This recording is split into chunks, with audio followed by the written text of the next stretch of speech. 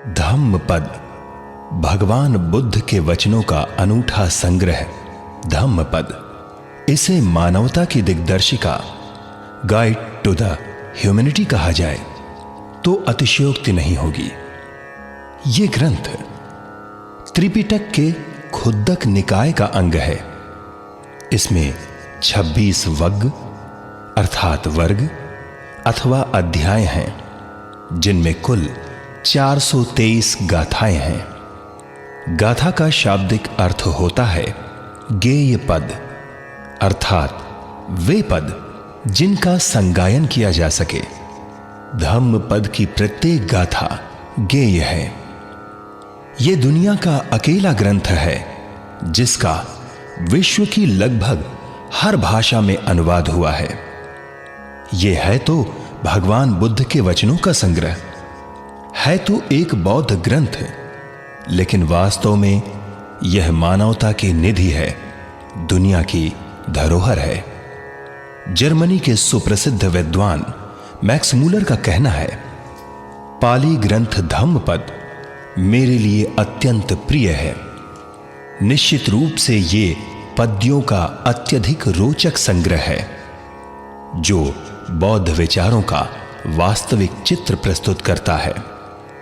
धम्मपद का अंग्रेजी भाषा में अनुवाद करने वाले विद्वान अल्बर्ट जे एडमंड कहते हैं, यदि एशिया खंड में किसी अविनाशी ग्रंथ की रचना हुई है तो वह यही है।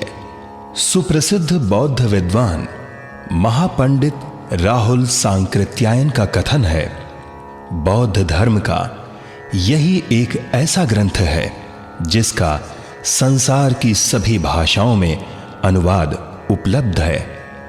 भगवान बुद्ध की कल्याणकारी शिक्षाओं तथा बौद्ध धर्म की वैज्ञानिक व्याख्याओं का अनुपम संग्रह यदि एक स्थान पर देखना हो तो वह धम्मपद में ही देखने को मिलेगा।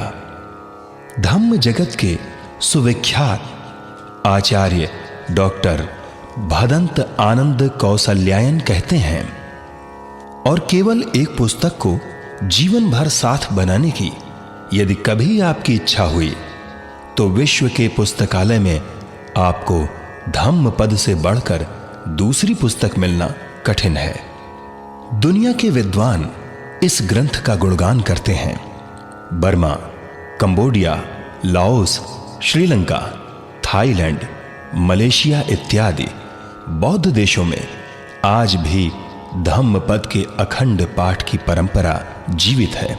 श्रीलंका में धम्मपद के पारायण के बिना भिक्षु की उपसंपदा नहीं होती। कई बौद्ध देशों में भिक्षु संघ को संपूर्ण धम्मपद कंठस्थ कराया जाता है।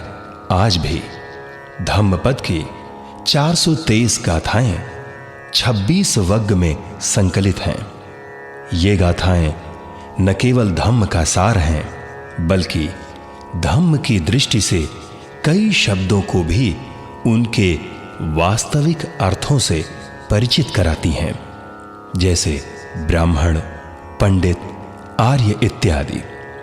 भगवान बुद्ध की देशनाओं के अनुसार ये गुणवाचक संज्ञाएं हैं, न कि जातिवाचक अथवा नस्लवादी उपमाएं।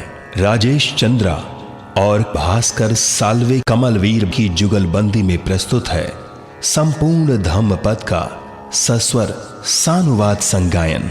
इस संगायन को कल्याण थाट के राग यमन और भूपाली में स्वर दिया है भास्कर साल्वे कमलवीर, और अनुवाद को स्वर दिया है राजेश चंद्रा ने।